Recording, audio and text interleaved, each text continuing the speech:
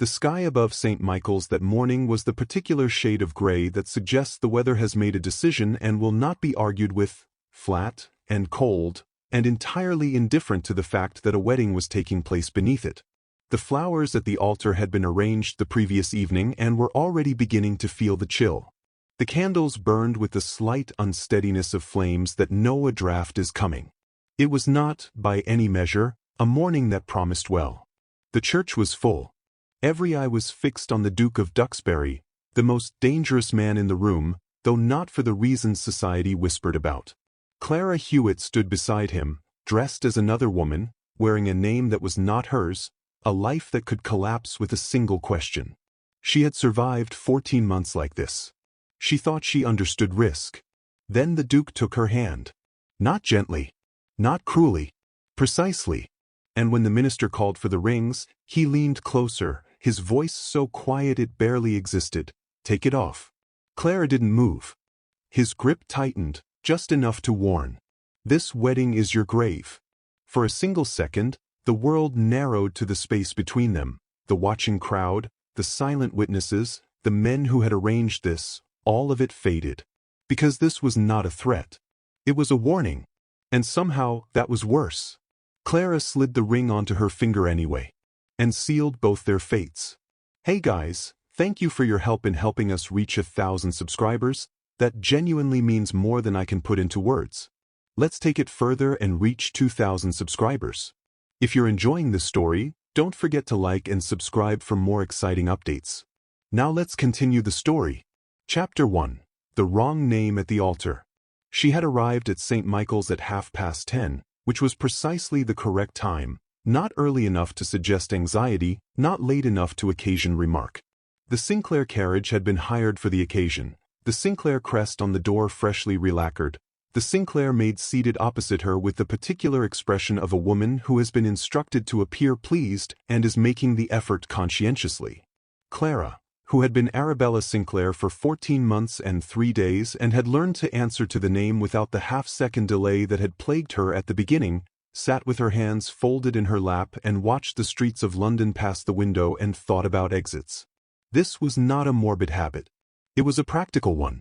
She had cultivated it in the first weeks after her father disappeared, when it had become apparent with terrible clarity that the men who had destroyed him were not finished and that the easiest remaining obstacle between them and completion was a woman they had not yet identified.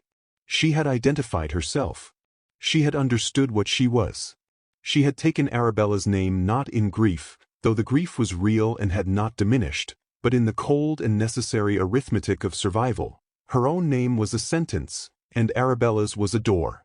She had walked through it and pulled it shut behind her and had not looked back, because looking back was a luxury available to women whose fathers had not been branded traitors by men who were themselves the thing they had named him. The Sinclair solicitor had known nothing of the substitution. He had been corresponding with a dead woman for months and had not discovered it, which was a testament either to Clara's care or to his inattention, and she had long since ceased to find the distinction interesting. What mattered was that the correspondence had produced a marriage arrangement, that the arrangement had acquired its own momentum, and that when the moment had come to refuse it, Clara had looked at the alternative, exposure, ruin, and the very real possibility of something considerably worse than either, and had accepted instead. The Duke of Duxbury was a name attached to a title and a reputation for cold reserve and a set of responsibilities she did not need to fully understand to navigate. She understood the shape of such men. She would manage him as she had managed everything else, with precision, with care, and with the composed surface of a woman who had nothing to conceal. She stepped down from the carriage and walked into the church and believed, with the calm certainty of someone who has checked every variable available to her, that she was the most informed person in the room. She was wrong. She would not know this for another 40 minutes. The Duke of Duxbury had known for 11 days. He had stood at the altar of St. Michael's that morning with the particular stillness of a man who has made every necessary calculation in advance and requires only the correct sequence of events to unfold, and he had watched Clara Hewitt walk toward him in Arabella Sinclair's dress with the composed expression of a woman performing a role she has practiced thoroughly, and he had thought, "She is better than I expected." This was not a compliment he extended carelessly. Edward Ashford, 5th Duke of Duxbury, did not extend anything carelessly. He had occupied his current position, the unofficial one, the one that did not appear in any parliamentary record and was discussed in perhaps 6 rooms in all of England, for 7 years, and in those 7 years he had learned that the most dangerous thing a man in his circumstances could do was to permit himself to be surprised. He had therefore arranged his life with the systematic thoroughness of a general who knows the terrain and has identified every position from which an enemy might advance. He had no close attachments. He had no vulnerabilities he had not already accounted for and addressed. He had, until 11 days ago, no wife, which had suited him precisely, because a wife was a variable he could not fully control and an enemy who wished to reach him could not help but recognize the utility of an attachment he could not afford to lose. The marriage arrangement had arrived through his solicitor's office like a document from a different world, one in which men of his position contracted suitable alliances with suitable young women from suitable families, and the whole business proceeded with the unremarkable efficiency of an agricultural transaction. He had been in the process of determining how to extract himself from it without creating the kind of social noise that attracted the wrong attention when his man in the field had brought him the intelligence that altered everything. Arabella Sinclair was dead, had been dead for 14 months. The woman walking toward him in this church was Clara Hewitt, the daughter of Captain James Hewitt, late of His Majesty's intelligence apparatus, deceased under circumstances officially classified as natural and unofficially classified as nothing at all, because men in the Duke's position did not discuss certain deaths in any official register. The Duke had been investigating James Hewitt's destruction for 2 years on his own account, quietly, through channels that did not officially exist, because what he had uncovered suggested that the men responsible were not finished and that what Hewitt had been destroyed for was still in existence somewhere and still represented the same threat it had represented when Hewitt was alive. And then the intelligence had told him whose daughter was walking toward his altar, and the Duke had understood that the marriage, which he had been preparing to dissolve, had just become the most strategically significant arrangement of his professional life. He had cancelled nothing. He had said nothing. He had looked at the men seated in his pews, Viscount Hale in the 3rd row on the left, Sir Edmund Graves beside him, both watching the proceedings with the careful neutrality of men who believe themselves to be the architects of the situation they are observing, and he had stood at the altar with the cold correctness of his rank and waited for Clara Hewitt to arrive, because the only move available to him was to let the game proceed exactly as his enemies had arranged it, and then to change what the game was for. The minister's voice filled the nave with the steady cadence of a man who has performed this office many times and will perform it many times more and finds in its repetition a kind of reliable dignity. Clara heard perhaps a third of the words. The remainder she observed at the distance of a woman whose attention is distributed across the entire room simultaneously, the 3rd pew on the left, where 2 men sat with the particular stillness of people who are watching rather than witnessing. The side door, which had a bolt she had assessed on her way in as functional but slow. The Duke, who stood beside her with the precise correctness of a man fulfilling an obligation and whose expression, when she allowed herself to examine it, revealed nothing whatever. She had expected coldness. She had not expected this quality of absolute control, the sense of a man behind glass, present and entirely unreachable, which was either the manner of a man with nothing at stake or the manner of a man with everything at stake who had learned not to let it show. She did not yet know which. The rings arrived on their small velvet cushion and the minister paused with the practiced deference of a man accustomed to the particular theater of aristocratic ceremony, and the Duke turned toward her with the formal gravity his rank required, and then he did something that was not in the ceremony. He leaned. Just fractionally. Just enough that his words reached only her. "Take off the wedding ring."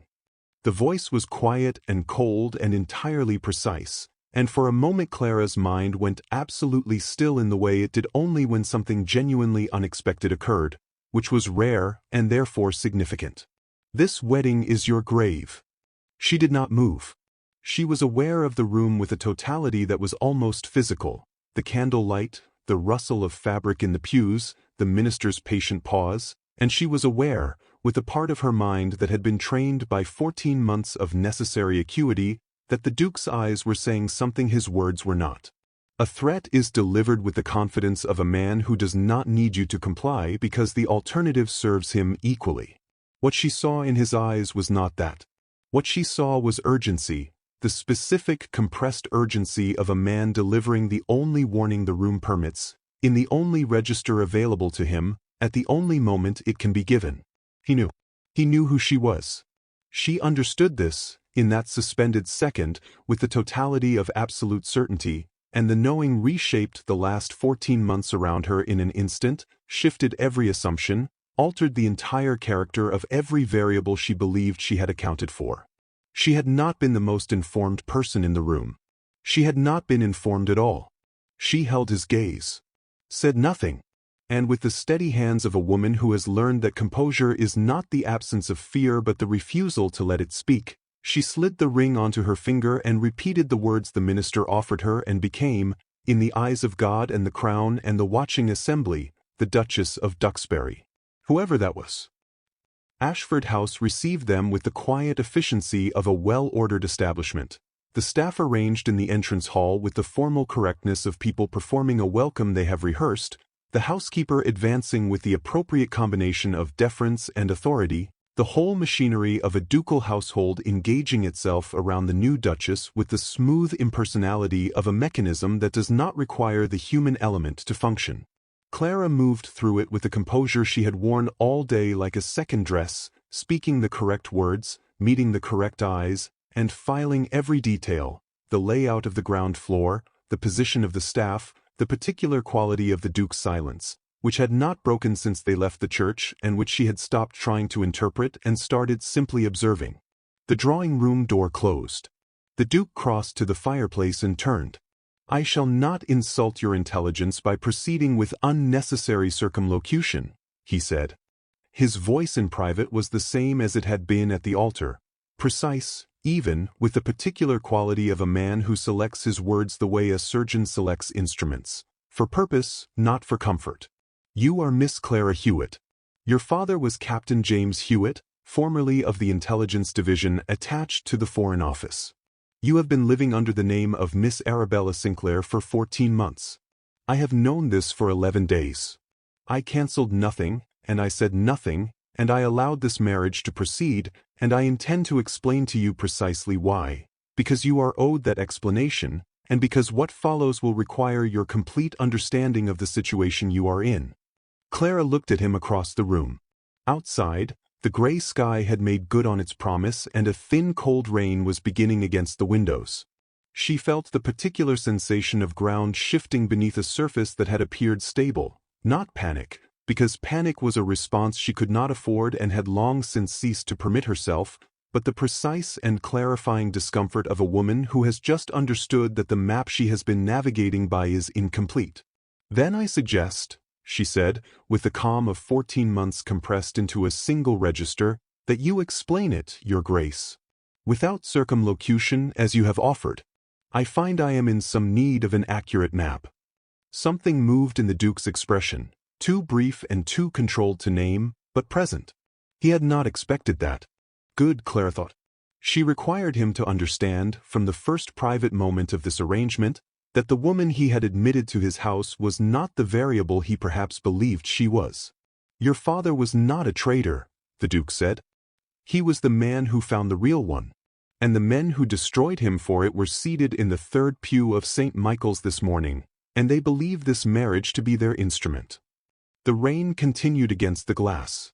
Clara held the Duke's gaze and said nothing for a moment that was neither uncertainty nor weakness but the specific silence of a woman recalibrating every calculation she has made for 14 months around a truth she had always suspected and never been able to prove.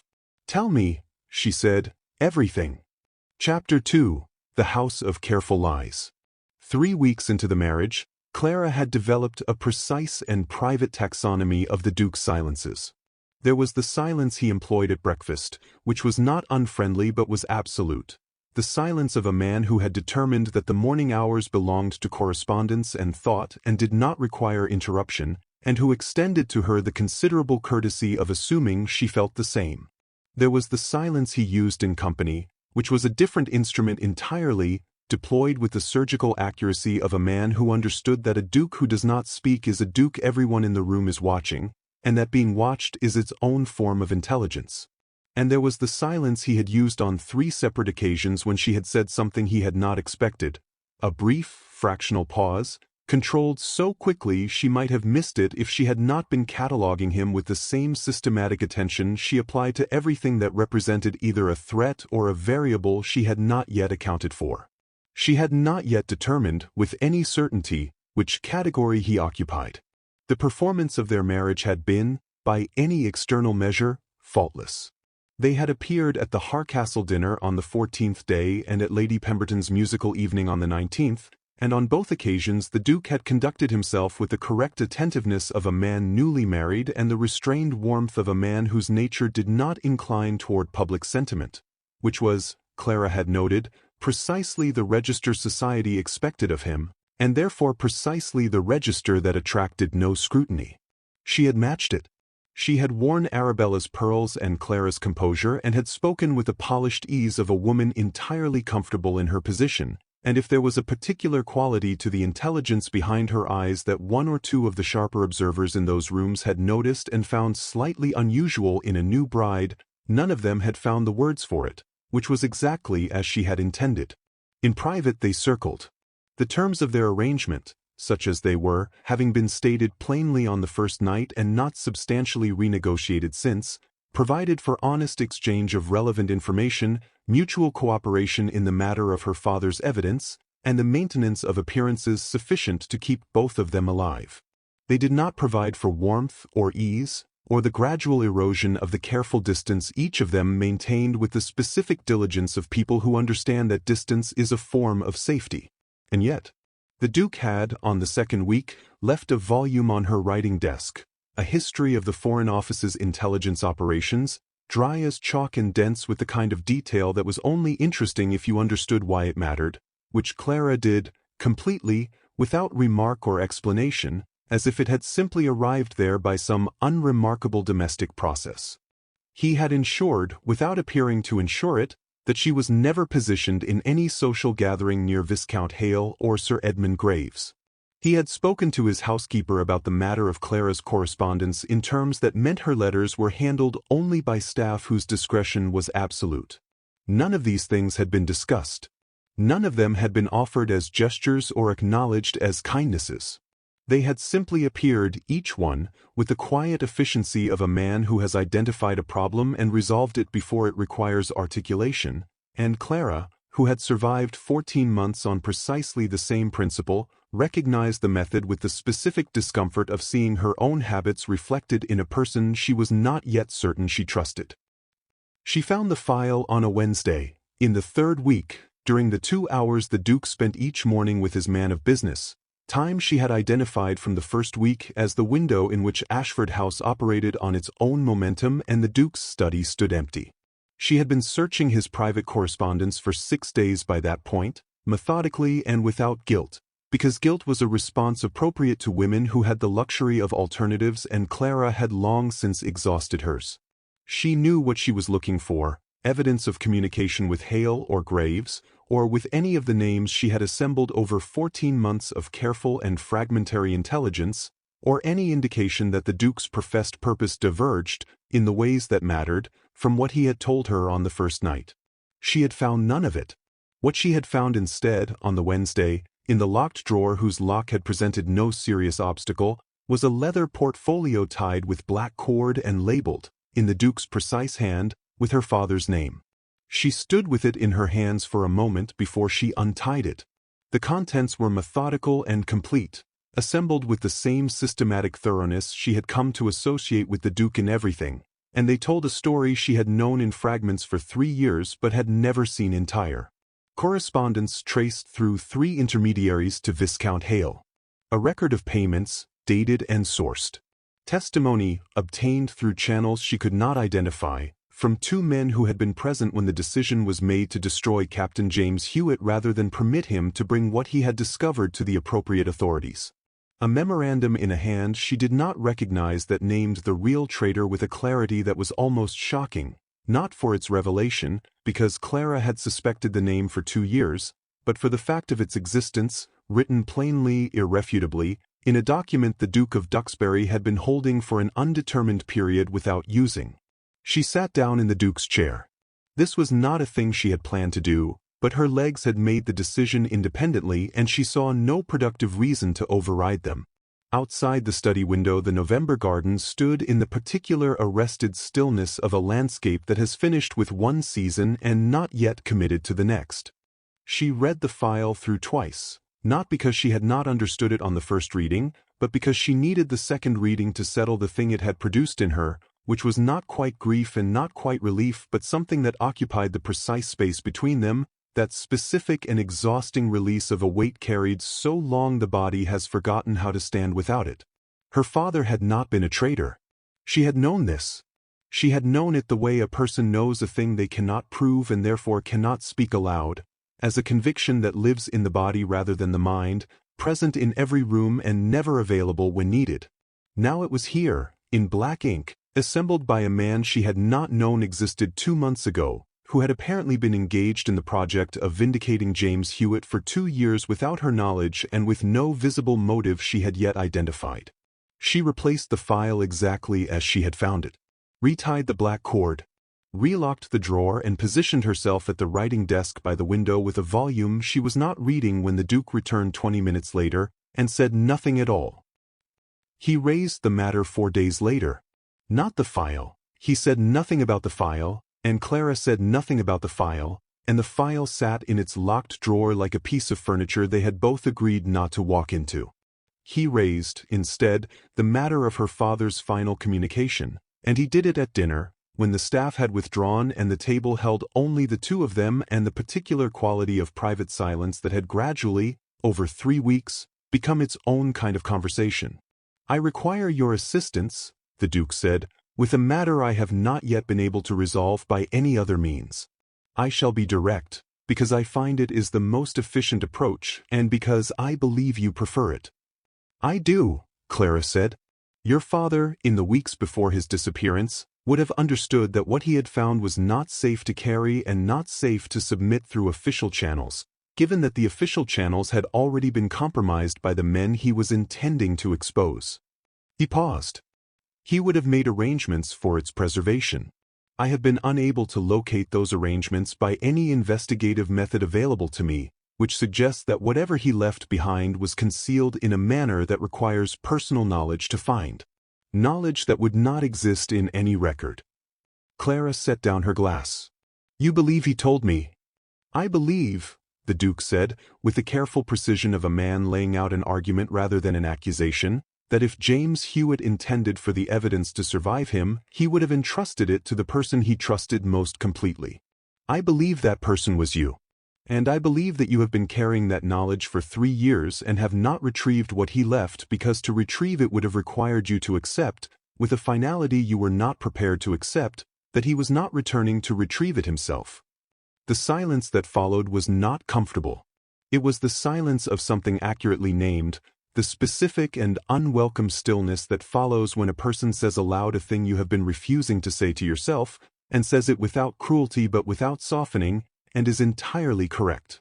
Clara looked at the Duke across the table and understood, with the same clarity she had felt reading the file, that this man was in possession of a quality she had encountered very rarely in her life, the capacity to see a thing precisely as it was and to say so without apology and without performance, and to extend to her the somewhat startling courtesy of assuming she could bear it. "What I tell you," she said, "cannot be taken back. I require you to understand that before I tell it. I understand it. And I require you to tell me why you have been investigating my father for 2 years. Not the strategic reason, the actual one." The pause. Something in his expression adjusted, not softened, exactly, but became, for a fraction of a moment, less like glass and more like a man. "Because I knew him," the Duke said. "Not well. Sufficiently. And because the manner of his destruction was recognizable to me as the work of men I have been watching for a long time, and the injustice of it was not something I was willing to permit to stand unchallenged. If a more strategic answer would be more comfortable, I can provide one. But you asked for the actual one." Clara considered him for a moment. "No," she said. "That one will do." She told him about the last morning she had seen her father, November, 3 years ago, the light the particular thin gold of a season already retreating, his study smelling of ink and the tobacco he had given up twice and returned to twice and appeared to have arrived at a private accommodation with.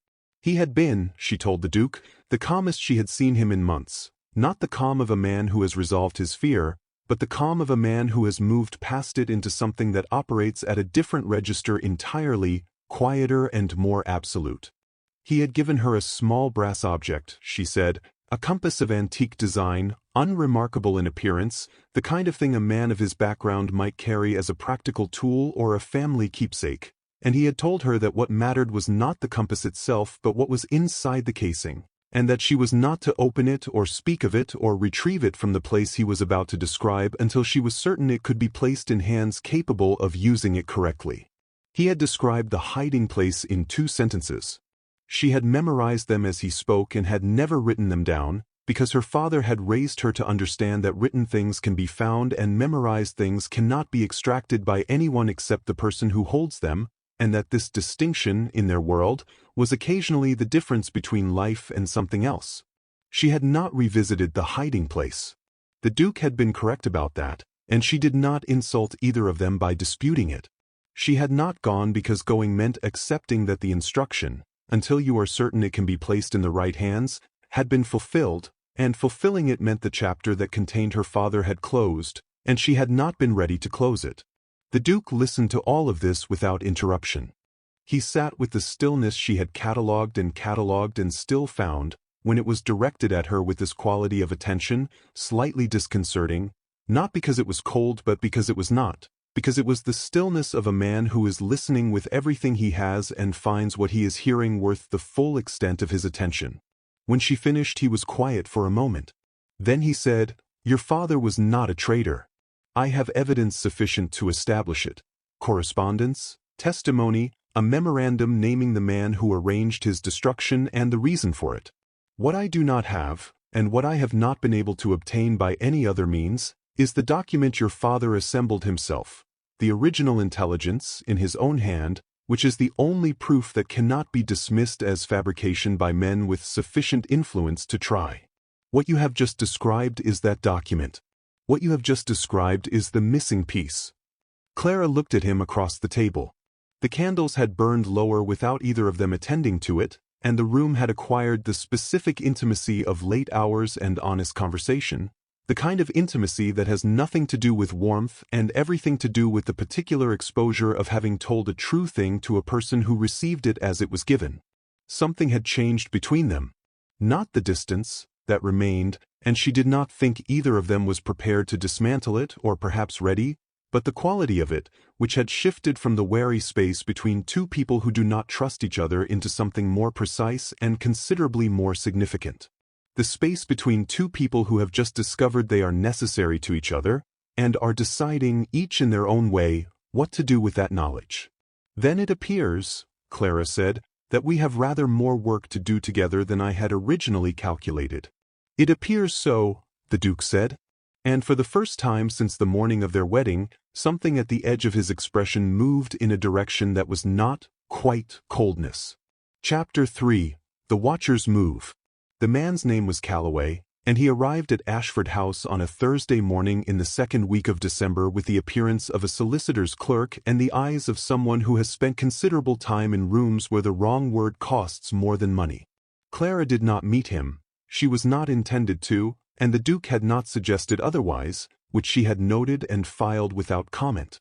She observed him instead from the upper landing as he was admitted to the Duke's private study, and she observed the Duke's expression as the door closed, which was the particular expression of a man receiving information he has been anticipating without being certain of its precise content or timing, controlled, and still, and with the specific compression behind the eyes of someone recalibrating in real time. The meeting lasted 40 minutes. She knew because she returned to her writing desk and counted the interval with a part of her attention she could not usefully employ on anything else, which was a narrower part than usual and therefore significant. When Calloway departed, he left by the side entrance, which told her several things about the nature of his visit, and none of them were comfortable. The Duke came to her sitting room that evening after dinner, which was not their established pattern.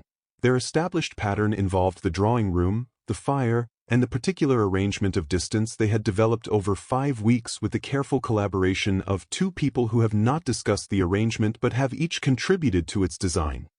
He stood at the window instead of taking his chair, which told her the rest before he spoke. "I shall tell you directly," he said, "because I gave you my word on the first night that direct communication was the basis on which this arrangement would function, and I do not intend to revise that undertaking because the information has become less convenient." He turned from the window. "They know. Hale and Graves and the men operating with them. They have established that Arabella Sinclair died 14 months ago. They know that the woman who has been living under that name is not the woman whose name it was. They do not yet have your correct name, but they have sufficient resources and sufficient motivation that this is a matter of days rather than weeks." Clara set down the letter she had been writing with the careful steadiness of a woman who has received unwelcome intelligence before and has learned that the first 30 seconds of response are the ones that matter most. "And the compass," she said. "It was not a question. They have concluded that your father passed something to you before he disappeared. They do not know its form or its precise location, but they have reached the correct inference about its existence and they intend to recover it." He paused. "The situation has moved faster than I anticipated. I want you to understand that I did not expect this particular development for another 3 to 4 weeks, and that the acceleration suggests either a resource I had not identified or a breach in a channel I believe to be secure. I am investigating both." Clara looked at him across the room. Outside, the December evening had settled into the hard, clear cold of a night with no cloud cover, the kind of cold that makes the darkness feel very large and the lamplight very small. "How long," she said, "do you estimate we have before they move from intelligence gathering to action? If their previous methods are consistent, and they are, because competent men under pressure default to what has worked before, then they will first attempt information extraction through social proximity. If that fails, they will attempt something less social." The pause.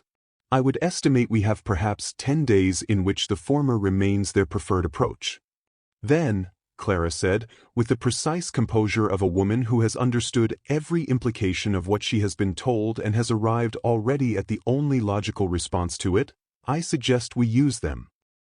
Lady Ashworth's winter assembly was, by the general consensus of those who attended it annually, the last social occasion of any significance before the Christmas exodus to country estates rendered London briefly and mercifully quiet.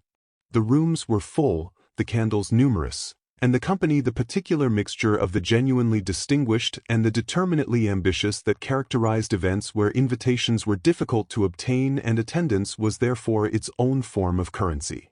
Clara had worn deep green, Arabella's color, which had become, over 14 months, a color she had stopped distinguishing from her own, and had entered on the Duke's arm with the composed ease of a woman entirely at home in her position, which was the performance, and also, she had noticed recently, occasionally something other than the performance, which was a development she had not fully examined and was not certain she wished to. The man found her in the 3rd room at 9:15. She identified him before he spoke, had, in fact, identified him 20 minutes earlier when he arrived, and positioned himself with the carefully casual air of someone who has a destination and is performing the absence of one. He was perhaps 40, with the unremarkable appearance of a man who has cultivated unremarkableness as a professional asset and the manner of a gentleman that was, to Clara's precisely calibrated assessment, approximately 1 register too studied to be inherited rather than learned. He introduced himself as Mr. Fulton, a name she did not recognize, which meant either that he was peripheral to the central operation or that he was sufficiently senior to have kept himself from any intelligence she had assembled, and he engaged her in conversation with the smooth efficiency of a man executing a practiced approach. The questions began ordinarily. Her impressions of London, the assembly, the season, her familiarity with Lady Ashworth, her connections to various families whose names he introduced with the specific casualness of a man testing for recognition rather than making conversation. Clara answered each one with the unhurried ease of a woman delighted to discuss precisely these subjects and no others, redirecting, elaborating on irrelevancies, returning consistently to the decorative surface of social exchange with the practiced fluency of someone who has been navigating this particular form of interrogation for a considerable time and finds it, at this point, only moderately challenging. Then he made his attempt. It was smoothly done. She granted him that. A suggestion that he had had the pleasure of knowing the Sinclair family some years prior, delivered with the warmth of genuine reminiscence, followed by a specific question about her mother that only a man who knew Arabella's actual history would know to ask. The question was designed to confirm identity or expose substitution, depending on the answer, and it was positioned at the end of a sequence of comfortable exchange when her attention might reasonably be expected to be at its least guarded. She answered it without a fraction of a second's visible pause, with the specific detail of a woman answering a question about her own mother, because she had spent 14 months learning Arabella's history with the thoroughness of a scholar and the necessity of a woman whose life depended on knowing it completely. She watched something recalibrate in his expression, not satisfaction and not quite frustration, but the careful neutrality of a man who has not obtained what he came for and is deciding whether the failure is definitive or requires a second approach. She resolved it for him. "I wonder," she said, with the pleasant finality of a woman drawing a conversation to its natural conclusion, "whether you have been introduced to Lord Chevenham this evening. I understand he shares your interest in the subject we were discussing earlier, the Northern Estates, and he is, I believe, just at the far end of this room. Pray allow me to excuse myself and find my husband, who will be wondering at my absence." She left him with nothing, no opening, no loose thread, no uncertainty she had not sealed, and crossed the room to where the Duke stood in conversation with two men whose names she knew and whose politics she had assessed as neutral. She did not look back at Fulton. She did not need to. She was aware, as she reached the Duke's side, that he had been watching the entirety of the exchange from the moment it began, because she had located him in the room before Fulton had reached her and had known, without looking, that the Duke's attention had not moved from her for the preceding 15 minutes. On the carriage ride home he said, with the directness that was his most consistent register, "That was exceptionally well done." "I am aware," Clara said, and looked out at the dark street with the expression of a woman who is not, in this particular moment, performing composure but simply in possession of it. He raised the matter of her leaving at 11 o'clock that night, in the study, with the fire burned low and the house quiet around them. He did it, she noted, with the specific reluctance of a man who has arrived at a conclusion through logic and finds that the logic is doing more of the work than his inclination, and who has the honesty not to disguise this. "There are arrangements," he said. "A passage to Calais can be made available within 48 hours. From there, connections exist, in Lyon, in Geneva, to establish networks of sufficient reliability. You would have resources, a new identity constructed with considerably more institutional support than the one you assembled yourself, and the genuine protection of distance from a situation that is accelerating beyond the margin I am comfortable with." He paused. "I am not suggesting this because I believe you incapable. I am suggesting it because the calculus has changed and because your safety, in the current configuration, is not something I can guarantee with the degree of certainty I require." Clara had been listening to this from the chair by the window with the stillness of a woman who has heard every word and is waiting for the conclusion before she responds. When he finished, she was quiet for a moment, not the silence of uncertainty, but the particular silence of a woman who has something exact to say and is choosing its precise form. "My father," she said, "was a careful man. A thorough man. A man who understood, better than most men I have encountered before or since, what it cost to do the work he did and what it meant to do it with integrity. He was destroyed by men who understood that the most efficient way to silence someone is not to argue with them but to remove them, to ensure that what they know dies with their reputation, so that the truth becomes unspeakable before it is ever spoken." She looked at the Duke. He did not disappear so that his daughter could board a packet to Calais and spend the remainder of her life in Geneva pretending to be someone else. He did not leave me what he left me so that I could seal it in a hiding place and walk away from it and let the men who killed him keep the ground they took. Her voice was entirely level. Not cold, level, which was a different thing, the difference between emotion suppressed and emotion so thoroughly understood that it no longer requires a particular register to contain it. I have been running for 14 months, Your Grace. I have worn a dead woman's name and a dead woman's history, and I have been careful and I have been patient and I have been, I think, sufficiently competent that you cannot argue with my capability on evidential grounds. I am finished with running. I will not go to Geneva. I will not go to Lyon. I will not go anywhere that is not here, completing what my father began, with or without your assistance, though I confess I should prefer it with. The Duke looked at her for a long moment. The fire shifted, settling into itself with the small sound of a structure rearranging around its own diminishment. He did not argue. He did not produce a counterposition or reassemble his case on different grounds or attempt the particular form of persuasion that consists of repeating a rejected argument in a more authoritative register. He simply looked at her with the expression of a man who has heard something he recognizes as entirely and irrefutably correct and is acknowledging it in the only way available to him, which was to stop speaking. Clara understood this. She did not require him to say it aloud. They built the plan across the table in the study with the systematic efficiency of two people who have separately developed the same habits of mind and are discovering, with a combination of recognition and something less easily named, what it is to apply those habits in concert. The Duke produced the map first, not a physical map, but the operational one, the network of contacts and channels and instruments of Crown authority that existed for exactly the kind of deployment the situation required.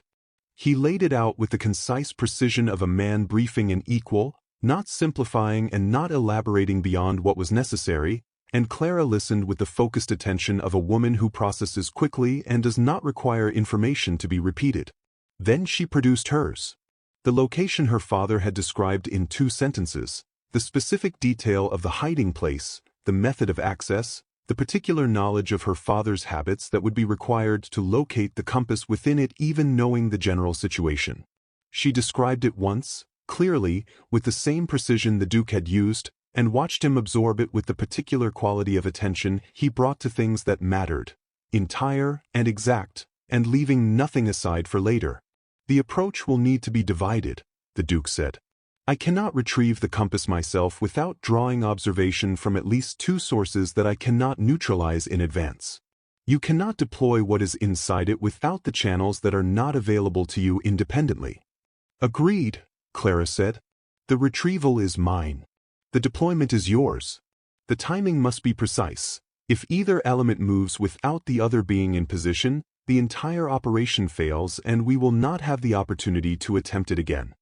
Also agreed. He looked at the layout before them, the notes she had made, the connections he had drawn, the shape of a plan that had required both of them to exist. There is no arrangement by which I can fully protect you during the retrieval, he said. It was not an apology. It was information, delivered with the honesty she had come to expect from him on matters he found genuinely uncomfortable. I am aware of that, Clara said. There is equally no arrangement by which you can complete the deployment without my component in place. We are of equivalent necessity to this operation and equivalent exposure within it. I find that I prefer it that way. Something moved in his expression, that fractional adjustment she had catalogued so many times and never quite named. He extended his hand across the table. The gesture was formal, entirely correct, the handshake of 2 parties concluding an agreement. And she took it with the same formality because they were, in this moment and in this arrangement, precisely that. His hand was very steady. So was hers. The handshake lasted a moment longer than the transaction required. Neither of them remarked upon it. Neither of them moved to end it before it ended of its own accord, which it did, eventually, with the quiet finality of something that has been fully what it was and does not require extension. They returned each of them to the plan before them. Outside, the December night pressed against the windows with the particular cold of a season that has fully arrived and intends to stay, and the candles burned straight and steady in the still air of the study, and the plan took its final shape between them in the silence of 2 people who have, without negotiating the terms of it, become something neither of them arrived at this arrangement expecting to be. Chapter 4. The Truth That Remains. The church of St. Dunstan-in-the-Fields had not been a working parish for 11 years. It stood on a narrow street in the older part of the city where the buildings leaned toward one another with the comfortable familiarity of structures that have been neighbors for a very long time, its door unremarkable, its windows dark, its existence unregistered in any social calendar that mattered. Clara's father had used it as a dead drop for 4 years before his disappearance, not the church itself, which was too visible, but the vestry attached to its north side, accessible through a gate in the iron fence that required not a key but the knowledge of a specific and entirely invisible latch mechanism. Her father had installed himself during a period when the parish groundskeeper had been, briefly and usefully, an asset of his acquaintance.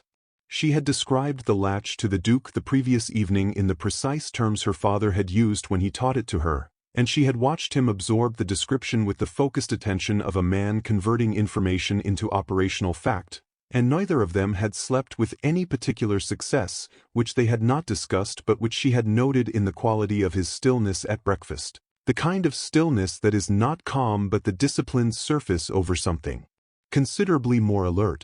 They went on foot, which was the Duke's decision and the correct one. A carriage of any description in that street would have been visible from 3 directions and memorable to anyone positioned to observe it. Clara wore gray, which was practical and unremarkable, and the Duke wore the plain dark coat of a man of business rather than the bearing of his rank, which he shed with an ease that told her this was not the first time he had required to be invisible in a city that knew his face. They were followed from the corner of Aldgate. She identified it before he did. A man at a consistent distance, maintaining the specific interval of someone trained to it rather than someone naturally cautious, and she said nothing aloud but altered her pace by a fraction and watched the interval adjust in response, which confirmed it. The Duke registered her altered pace within 4 steps and understood it within 6, because he glanced at nothing and adjusted his own movement in a manner that communicated, without words, that he had received the information and was incorporating it. They did not discuss it until they were inside the vestry gate, the latch operating exactly as her father had designed it, the gate swinging inward with the silence of something well made and carefully maintained by a man who understood that unreliability in small mechanisms was a philosophy as much as a mechanical failure. The vestry interior was cold and dark and smelled of old stone and the particular dusty stillness of a room that has not been occupied with any regularity for a considerable time. The hiding place was in the floor, a specific stone, 3rd from the north wall, distinguished from its neighbors by a mason's mark her father had told her to look for and which was there, exactly where he had said, like a kept promise. The Duke kept watch at the door. Clara knelt and worked the stone with the small tool she had brought for the purpose and tried not to think about the last time she had seen her father's hands perform the same motion in demonstration, which was a thing she could not afford to think about for another 40 minutes, and so she did not. The stone came free. The cavity beneath it was dry. Her father had waterproofed it with the same thoroughness he applied to everything that mattered, and the compass was there, wrapped in oilcloth, exactly the size and weight she remembered from the morning he had pressed it into her hands. She held it for a moment. 1 moment only. Then she opened the casing. The document inside was folded to a precise quarter of its full size and written in her father's hand. The small, exact script of a man who had learned early that clarity on paper was its own form of protection, and it was complete. She could see that in the first 30 seconds, the way one can see that a structure is sound before examining every element of it. Names, dates, transactions, testimony. The real traitor identified with the meticulous documentation of a man who understood that the accusation was nothing without the proof, and who had assembled the proof with the care of someone who knew he would not be present to supplement it. The margin, when it came, was narrow. The man who had followed them arrived at the gate 40 seconds after she had replaced the stone and risen to her feet, and the Duke handled it in the entrance to the vestry with the controlled efficiency of a man who has resolved such situations before and finds neither satisfaction nor disturbance in the doing of it. There was a brief and very quiet interval that Clara did not witness directly, and then the Duke was at her side and the gate was secured behind them and they were moving back through the streets of the older city at a pace that was not hurried and not slow, and the document was inside her coat against her ribs, and she could feel her father's handwriting through the oilcloth like a second heartbeat, steady and irrefutable, and finally, after 3 years, able to speak. The Duke departed Ashford House the following morning at 7 o'clock, which was earlier than his established pattern and later than she suspected he had wished, because the preceding evening had required the kind of preparation that could not be accelerated without risk, and he was not a man who accepted unnecessary risk as the price of impatience. He had told her, the night before, precisely where he was going and precisely who he was going to see and precisely what he intended to do with what her father had left behind, not because she had asked, but because he had understood, without her needing to say it, that she had earned the right to know every element of the operation her father had died to make possible. The men he was going to see occupied positions in the machinery of Crown authority that did not appear on any public register, not Parliament, not the courts, but the specific instruments that existed for exactly this purpose, the ones that could receive evidence of this nature and act upon it through channels that could not be suppressed by men of Hale and Grave's influence, however considerable that influence had previously appeared. She had watched him go from the upstairs window, not from sentiment but from the practical acknowledgement that watching was the only participation currently available to her, and that she had always found inaction easier to sustain when it was the result of deliberate choice rather than imposed limitation. Then she came downstairs and she waited. This was the hardest thing she had done in the entirety of the preceding 3 years, and she had done several things that were genuinely difficult. Waiting, when the action is complete and the outcome is beyond your influence, requires a particular quality of trust that Clara had spent 14 months carefully not developing in any person, because trust was a variable that introduced risk and she had not been able to afford additional risk. She trusted the Duke. She had not planned to. She had arrived at it the way one arrives at a conclusion that the evidence has been building toward for some time and that one has been not quite acknowledging, and then, one morning, it is simply the case and the only interesting question is what to do with it. She sat in the drawing-room with a book she read perhaps 4 pages of over the course of 6 hours, and she thought about her father, and she thought about the men in those rooms receiving what he had assembled, and she thought, in the specific, controlled manner of a woman who permits herself the thought without permitting it to become something she cannot contain, about the Duke in those rooms, deploying what she had placed in his hands, completing what she could not complete herself. At 3:30 the structure began to fall. She knew this not from any direct intelligence but from the particular quality of the afternoon. A footman who arrived at Ashford House at 4 o'clock with a sealed note that the Duke's secretary received with an expression of careful neutrality, the kind of neutrality that is itself information. At 5 o'clock a second note. At 5:30, silence of a very different character from the silence of waiting. The silence of something that has been set in motion and is now operating entirely according to its own logic, beyond the reach of the men who had believed themselves its architects. Viscount Hale, she would learn later, had been received at a private address in Mayfair at 4:30 and had emerged from that meeting a man whose position, whose influence, and whose carefully constructed version of events had all ceased to exist simultaneously.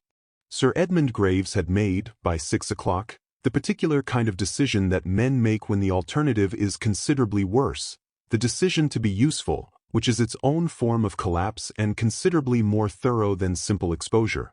The others fell in sequence after that, with the quiet efficiency of a structure whose foundation has been removed and which has no remaining mechanism by which to remain standing. Clara sat in the drawing-room of Ashford House and waited, and the afternoon light moved across the floor in the slow particular way of a winter day completing itself, and at 7 o'clock she heard the front door. He came directly to the drawing-room. He did not stop in the hall or the study or perform any of the intermediate domestic rituals that usually attended his return. He opened the door and looked at her and said, simply, "It is finished." Clara stood. She did not speak for a moment, not because she had nothing to say but because there was something moving through her that required, before she could speak with any accuracy, a moment to identify itself. It was not triumph. She had expected triumph, or something adjacent to it. The sharp, clarifying satisfaction of a conclusion reached after a very long approach. What she felt instead was quieter and more complicated and significantly heavier, the specific, private grief of a woman who has been carrying something for a very long time and has just been relieved of it and finds that her body does not immediately know how to stand in its absence. "His name," she said. "Is it formally restored. The record corrected at its source. The men responsible facing consequences from which their previous positions will not protect them. He paused. Your father is vindicated, Miss Hewitt. Completely and irrefutably. In the only registers that matter and in terms that cannot be revisited or revised. The name, her actual name, the one she had not heard spoken aloud with any safety for 14 months, landed with a weight she had not anticipated. She sat back down, not because her composure had failed her but because it required, in this moment, slightly less effort when seated.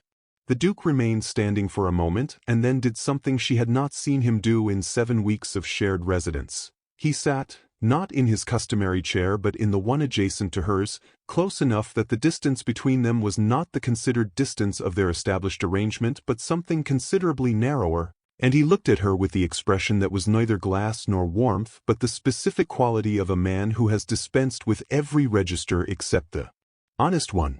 There is one further matter, he said, requiring resolution between us. I have been, for some weeks, composing and discarding various formulations for raising it, which is not a process I am accustomed to and which I have found considerably more difficult than any operation I have managed in the preceding 7 years. Clara looked at him. She waited. I know the precise moment at which this marriage ceased to function, for me, as a strategic arrangement, he said. It was a Tuesday in the 5th week. You were reading in the library and were not aware that I had come to the doorway, and you said something aloud to yourself, a single sentence, in response to whatever you were reading, with the specific irritated precision of a woman in genuine argument with an author she finds simultaneously infuriating and worth arguing with. It was entirely unremarkable. It was the most accurate thing I had seen in a very long time. He said it plainly, with the complete absence of performance that was his most honest register, and Clara received it in the same spirit, without deflection, without the protective irony that had served them both so well for so many weeks, with the simple directness of a woman who has decided that honesty, in this particular exchange, is the only instrument worth using. Mine was a Wednesday, she said. The 4th week. You told Mrs. Alderton to ensure the library fire was maintained through the afternoon because the east-facing rooms are cold in November. You did not tell her why. You did not need to. I was the only person who used the library in the afternoons. You had simply noticed and acted upon the noticing, without making it a thing that required my acknowledgement or your credit. She paused. I found that I could not, after that, sustain the version of this arrangement in which I did not trust you. I tried, for approximately 4 days. The evidence was not cooperative. He looked at her. The fire was low, as it always was at this hour, and the room held the particular stillness of late evening in a house that has settled into itself, and what was between them, the thing they had been not quite examining for 7 weeks, was no longer at the periphery of the room but directly at its center, named and present and entirely without ambiguity. We have been, he said, conducting rather an extended argument without correctly identifying its subject. We have, Clara agreed. I believe we have now identified it. I believe so. That does seem, the Duke said, with the specific quality of a man who has just reached a conclusion the evidence has been building toward for a considerable time and finds it, on arrival, considerably simpler than the approach, to resolve the matter. It did not resolve it entirely, but it resolved it sufficiently for the evening, and they sat together in the low firelight with the distance between them at its narrowest yet, and spoke with an ease that had no performance in it at all. The chapel at Ashford House was small and very old, built into the east wing in the previous century by a duke whose piety had reportedly been genuine and whose architectural taste had been, by the evidence, impeccable. It held perhaps 20 people comfortably, and on this particular afternoon in late December held 4. The Duke's man Calloway, whose eyes held the specific expression of a person witnessing something he considers both professionally significant and privately satisfying. Mrs. Alderton, the housekeeper, who was the one person in Clara's 7 weeks at Ashford House she had permitted herself to trust with the careful, incremental trust of a woman who has nothing to give and therefore gives it slowly and means it completely when she does, and the 2 people standing before the small stone altar in the thin gold light of a winter afternoon. Clara was wearing her own clothes, not Arabella's green, not the careful armor of a duchess performing her role, but the deep blue wool she had worn the morning her father had placed the compass in her hands, because she had kept it through 14 months and 3 households and 1 fraudulent marriage for reasons she had not examined and did not need to, and because wearing it today was the kind of private accuracy that her father would have recognized and approved of. She was wearing her own name. Clara Hewitt, spoken aloud that morning by the Duke without ceremony or announcement, simply as the name by which he intended to address her, as if the decision had been made and required only implementation. She had heard it and felt the specific quiet shock of a thing restored. The words they said were not long.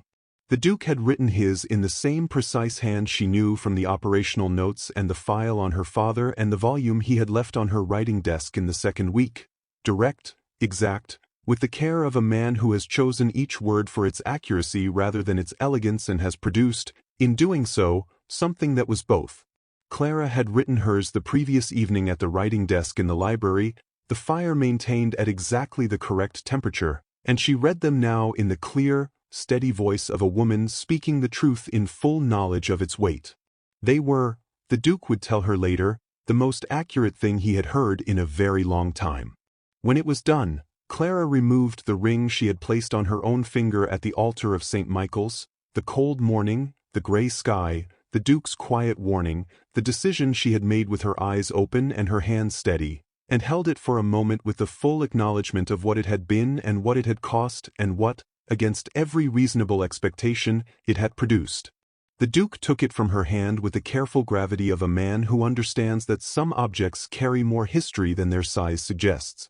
Then he produced the other ring. She had seen it in the portrait in the East Gallery, on the hand of the woman in the dark gown whose expression had always struck her as the expression of someone who had arrived at her happiness by a route nobody would have predicted and found it, on arrival, entirely worth the journey. He placed it on her finger without performance and without excess, with the simple directness of a man doing something he has decided to do and finds no reason to ornament. Outside, the late afternoon light of a December day lay across the grounds of Ashford House in the long, level gold of a sun already close to the horizon, the particular light of an English winter afternoon that is cold and clear and brief and entirely beautiful, the kind of light that does not promise much and delivers, quietly, more than expected. They walked out into it together, through the chapel door and along the stone path that ran beside the east wing and out into the open ground where the winter garden stood in its bare, spare accuracy, every unnecessary thing already gone and what remained entirely itself. Clara Hewitt, her father's daughter, her own name restored and clean and spoken without apology, walked beside her husband into a future that had been arranged around both of them by other people's calculations for longer than either of them cared to enumerate. And it was theirs, entirely and completely and without condition, and they had chosen it, and they intended to keep it, and the afternoon light held them both and did not ask for anything further. Thanks for listening to the end. If this story stayed with you, don't let it end here. There's another one waiting for you on the screen. Click it, keep listening, and stay in this world a little longer. And if you haven't already, drop a like, share and subscribe. We're on the way to 2,000 subscribers. Be part of it.